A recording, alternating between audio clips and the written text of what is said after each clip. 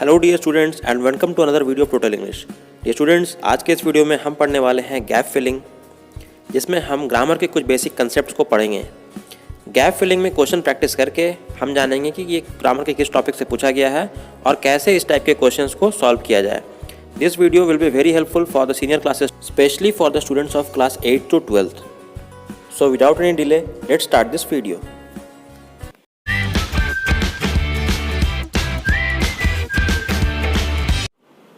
तो आइए gap filling का दूसरा वीडियो देखते हैं। गैप फिलिंग पर मैंने एक और वीडियो बना रखा है, अगर आपने वो नहीं देखा है तो उसका लिंक मैंने डिस्क्रिप्शन में दे दिया है, आप वहाँ से जाकर उसे देख सकते हैं, क्योंकि आप जितने क्वेश्चन प्रैक्टिस करेंगे उतना आपके लिए बेहतर होगा।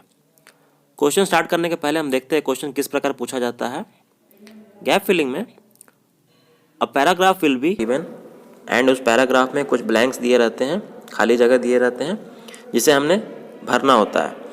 सो भरने का क्या इसमें क्राइटेरिया रहता है? It can be from any part of grammar, it can be from verb, it can be from tense, ठीक है, प्रीपोजिशन हो सकता है, वो आर्टिकल का क्वेश्चन हो सकता है। सो इसमें ऐसा कोई मेंशन नहीं किया रहेगा कि किस चैप्टर से ये पैराग्राफ, सर्टेन पैराग्राफ दिया हुआ है, बट हमें अपने ग्रामर स्किल को यूज़ करके इसे फिल करना होगा।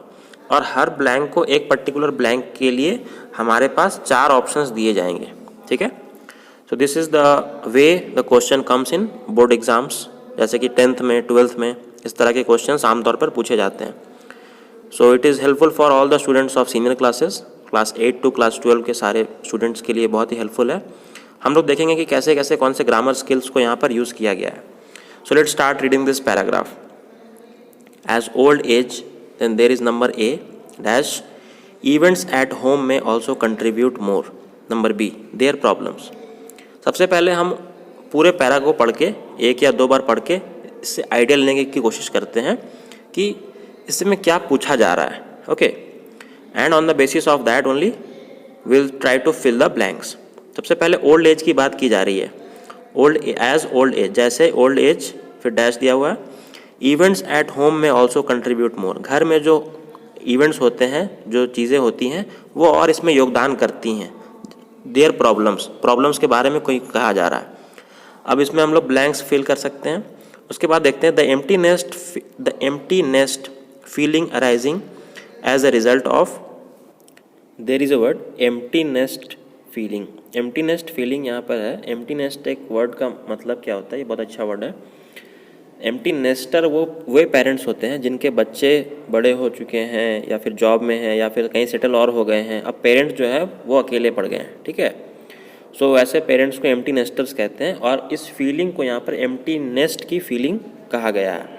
तो इस वर्ड से हमें यहाँ पर एक संकेत मिल रहा है, एक कि यहाँ पर उन पेरेंट्स की बात की जा रही है जो कि खाली महसूस करते हैं, अकेला महसूस करते हैं, ठीक है। तो इस तरह से हमें वर्ड्स को पिक करना है ताकि उस पैराग्राफ के सेंस को हम लोग पकड़ सकें, ठीक है। तो एम्प्टी नेस्ट फीलिंग है वो अराइज हो रही है as a result of dash, अब चिल्ड्रन लीविंग द होम में make the aged more lonely. जो चिल्ड्रन है वो घर छोड़ जाते हैं, तो जो एज्ड है, एज्ड का मतलब यहाँ पर है बड़े लोग, जो उनके माता पिता हैं, वो यहाँ पर लोनली हो जाते हैं, मतलब अकेला हो जाते हैं। तो इससे तो मीनिंग क्लियर है। अगले लाइन में भी दिया गया है द लोनलीनेस, ठीक है। तो it means this paragraph is totally based on old age people, जो ओल्ड एज पीपल है जो लोनली हो जाते हैं, जिनके बच्चे छोड़ के चले जाते हैं, ठीक है। So the meaning is clear. So now let's start filling up the columns. Blanks को हम भरते हैं। As old age dash events at home may also contribute more. जैसे old age आता है तो यहाँ पर हम ऑप्शन देख सकते हैं advanced, is advancing, advances, was advancing। तो ओल्ड एज आता है कोई काम होता है, हम हमेशा करते हैं, अक्सर करते हैं। For that we always prefer V5। Verb का 5th फॉर्म हम लोग यूज़ करते हैं। तो वर्ब का 5th फॉर्म क्या होता है? किसी वर्ब में अगर हम लोग एस या ES को ऐड कर देते हैं तब हमें वर्ब का 5th फॉर्म मिलता है, ठीक है। तो इसका मतलब होता है हम उन बातों को बताते हैं जो जनरली होते हैं, अक्सर हुआ करते हैं, ठीक है। तो यहाँ पर 3rd ऑप्शन हमारा करेक्ट होगा, एज ओल्ड एज एडवांसेस, जैसे बुढ़ापा आता है, ठीक है। आता है के लिए यहाँ पे CES हमें लगाना होगा। इवेंट्स एट होम में also contribute more dash their problems, उनके प्रॉब्लम्स को बढ़ाता है, ठीक है। जो इवेंट्स होते हैं उनके प्रॉब्लम्स को बढ़ाते हैं। तो को बढ़ाने के लिए हम कौन सा प्रीपोजिशन यहाँ पर देख सकते हैं? 4 प्रीपोजिशंस दिए गए हैं, इन, फॉर, टू या फिर विद। तो को बढ़ाता है तो टू देयर प्रॉब्लम्स, ठीक है, पर परेशानियों को बढ़ाता है तो टू यहाँ पर करेक्ट होगा। ठीक है, देख सकते हैं हर लाइन में अलग अलग ग्रामर का कंसेप्ट यूज़ हो रहा है। जो फर्स्ट लाइन था जिसमें हमने एडवांस्ड, एडवांसिंग, तो ये हम लोग इसमें हमने वर्ब के अलग अलग फॉर्म्स को पढ़ा। सेकंड वाला ऑप्शन था, इसमें हमने प्रीपोजिशन के अलग अलग कॉलम्स को पढ़ा।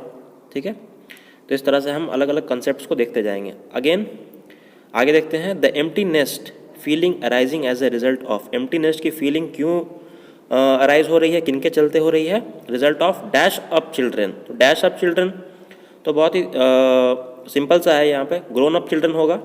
ग्रोन अप मतलब जो बड़े हुए बच्चे हैं, जो ग्रो अप हो चुके हैं। ठीक है, तो ग्रोन अप चिल्ड्रन कहते हैं हम लोग। Grown up children living the home में make the aged more lonely. जो ग्रोन अप बच्चे जो छोड़कर चले जाते हैं, इससे जो एज्ड हैं उनके माता पिता जो हैं वो अकेला महसूस करते हैं। ठीक है, आगे देखते हैं, the loneliness also dash because of. तो लोनलीनेस क्यों आती है? तो लोनलीनेस आती है, जैसे कि यहाँ पे हमने सेंस देखा था, बढ़ते हैं, आती है, तो फिर से हम उसी कंसेप्ट को यूज़ करेंगे V5। तो एस या ES यूज़ इसमें किया रहता है किसी वर्ब में। तो अरोज, अराइज, अराइजेज, अराइजिंग, तो अराइजेस ES यहाँ पर यूज़ किया गया है, S लगाया गया है एंड में, तो it means it is verb 5, तो वही यहाँ पे सुटेबल है। The loneliness also arises because of pre mature loss dash spouse. Spouse का लॉस, स्पाउस का मतलब पहले आप जान लीजिए। तो बेसिकली हम उनके लिए यूज़ करते हैं जो मैरिड हैं, उनके पार्टनर को हम स्पाउस कहते हैं। It can be husband, it can B wife. ठीक है, तो प्री मैच्योर लॉस, अगर उनका पार्टनर चला जाए, कोई हस्बैंड हैं और उनके पार्टनर की डेथ हो जाए, तो ये भी एक रीज़न हो सकता है। ठीक है, द लोनलीनेस ऑल्सो, ये एक और रीज़न दिया जा रहा है, लोनलीनेस बढ़ने का एक और वजह हो सकता है। Loneliness the loneliness also arises because of pre mature loss of spouse. Spouse का लॉस होने से, प्री मैच्योर मतलब समय के पहले, समय से पहले, मैच्योर का मतलब होता है समय के साथ, जो कि सही समय से बोलते हैं, और प्री लग जाता है मतलब समय के पहले, pre mature loss.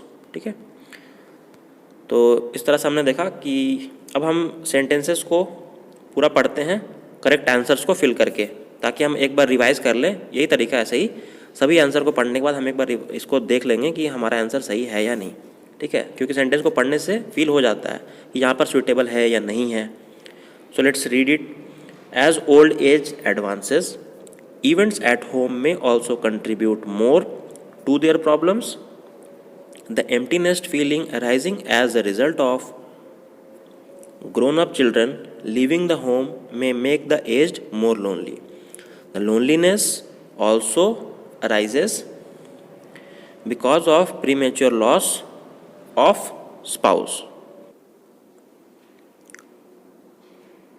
So I hope आपको ये वीडियो अच्छे से समझ में आ गया हो, आपको इस पैराग्राफ के मीनिंग को समझने में कोई भी दिक्कत नहीं हुई होगी। देखिए, गैप फिलिंग को सॉल्व करने का सबसे अच्छा बेटर तरीका यही होता है कि सबसे पहले हम जो भी सेंटेंसेस दिए गए हैं, पैराग्राफ दिए गए हैं, उसे पढ़ें और एक आइडिया लेने की कोशिश करें कि ये किस टॉपिक के बारे में है, कौन से टेंस को प्रेफर किया जा रहा है, ठीक है, किस सेंस में कहा जा रहा है। जैसे कि हमने कुछ वर्ड्स को यहाँ पर पॉइंट आउट करके इसे समझ लिया था कि क्या मैटर है। उसके बाद अपने ग्रामर के जो स्किल्स हैं, वर्ब के यूजेस, टेंस के यूजेस, प्रोनाउंस, प्रीपोजिशंस, अलग अलग यूजेस जो भी हमने पढ़ रखे हैं, उसे हम अप्लाई करके इसे फिल करते हैं। और फिल करने के बाद मेरी ये सजेशन है कि आप पूरे आंसर को अच्छे से, एक पैराग्राफ को एक बार अच्छे से रीड कर लें, so that you will get the idea that whether the answer is correct और incorrect. So will meet in the next video, और उसमें मैं कुछ अलग क्वेश्चन सॉल्व करूँगा। इस तरह के और भी क्वेश्चन हम प्रैक्टिस करेंगे। So I hope you have understood the video very properly. Please share with your friends so that they can also understand the concept, and do like this video and subscribe to our channel to get more videos like this. Thank you so much.